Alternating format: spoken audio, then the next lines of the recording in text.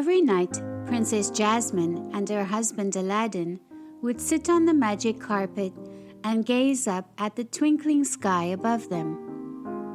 Then Aladdin would tell a story. "What about that star?" Jasmine asked one evening. "The violet one."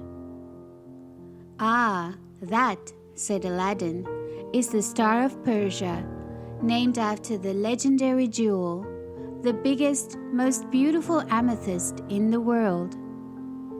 "Jewel?" said Jasmine, her eyes wide with curiosity. "According to the legend," Aladdin began, "the Star of Persia belonged to a beautiful queen who was wise and fair and kind. But, alas," Aladdin said with a sigh, "not even great queens can live forever." When this queen died, her subjects hid the jewel in a tower, sure that there would never be one worthy of its beauty again. Jasmine's eyes twinkled. "Tell me, is that story true?" Aladdin shrugged. "I don't know. But there is one way to find out, if you really want to." Jasmine smiled. "Of course I do." Early the next morning, Jasmine, Aladdin, and their monkey, Abu, set off on the magic carpet. They flew east, and before long they were soaring over a tiny kingdom. "Look," Jasmine called, pointing to a tower. "I wonder if that's where the queen's jewel is hidden." When Jasmine and Aladdin touched down, they discovered that the tower was taller than they'd thought. Iron bars were on the windows, and a thick chain was fastened around the door. It was clear that without a key, or at least a clever genie, there was little chance of getting in. All of a sudden, the grumpy-looking guard standing next to the door spoke up. "What do you want?" he demanded. Jasmine and Aladdin looked at each other. Then Jasmine walked up to the guard and smiled. "We've heard about the Star of Persia," she explained, "and we've come to see the jewel." "I'm afraid that's impossible," the guard said. "If you've heard the legend, you should know that no one can see the jewel except a queen as lovely and worthy as our own." "Ah," said Aladdin. "Well, please allow me to introduce you to the lovely Princess Jasmine. She's not a queen yet, but she will be one day." Abu gestured proudly at Jasmine, who blushed. "Yes, yes," the guard said impatiently, "but our queen was very wise." "I'm wise too," Jasmine declared. "Oh yes," said the guard. He thought for a moment. "Then tell me, what is the square root of 100? Jasmine smiled. Using a stick, she wrote out the math problem in the sand. "That's easy. It's 10, of course." "That's correct," said the guard.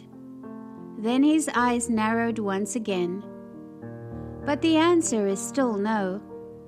After all, our queen was not only wise, she was fair as well." "I'm fair," Jasmine assured him. "Fair enough to solve that argument over there?" the guard asked, pointing to two men who were quarreling. "Yes, I think so," Jasmine nodded and went over to the men. After a few minutes, she'd help them make a deal. When Jasmine walked away, the two men were smiling at each other. "You did well," admitted the guard. "But the answer is still no. For our queen was not only wise and fair. He paused for a moment to sniff and wipe away a tear. She was also very kind. "Ah," said Jasmine, placing her hand on his shoulder. "You still miss her, don't you?" Then she turned to Aladdin. "Let's not bother him anymore," she said. "I'll go get him a drink from that fountain over there. He must get thirsty standing in the sun all day. Once I do that, we can be on our way." Jasmine hurried to the fountain, which she was surprised to find quite dry. To her relief, however, as soon as she held a jar under it, a stream of cool, clear water came bubbling out. Then, her jar full, she turned to take it to the guard, only to find him and everyone else in the plaza gathered around her staring. "What?" she asked. "Did I do something wrong?" "The fountain," blurted the guard. "It hasn't given water since our dear queen was alive." "Did you know that only she could make it work?" "Why, no," said Jasmine with surprise. "Many a queen," the guard went on, "has been wise and fair and even kind. But no one else has ever been able to get water from this well." As the people bowed, the guard drew a key from his pocket. The guard unlocked the chains, barring the tower door. He led Jasmine up a staircase to a room high at the top.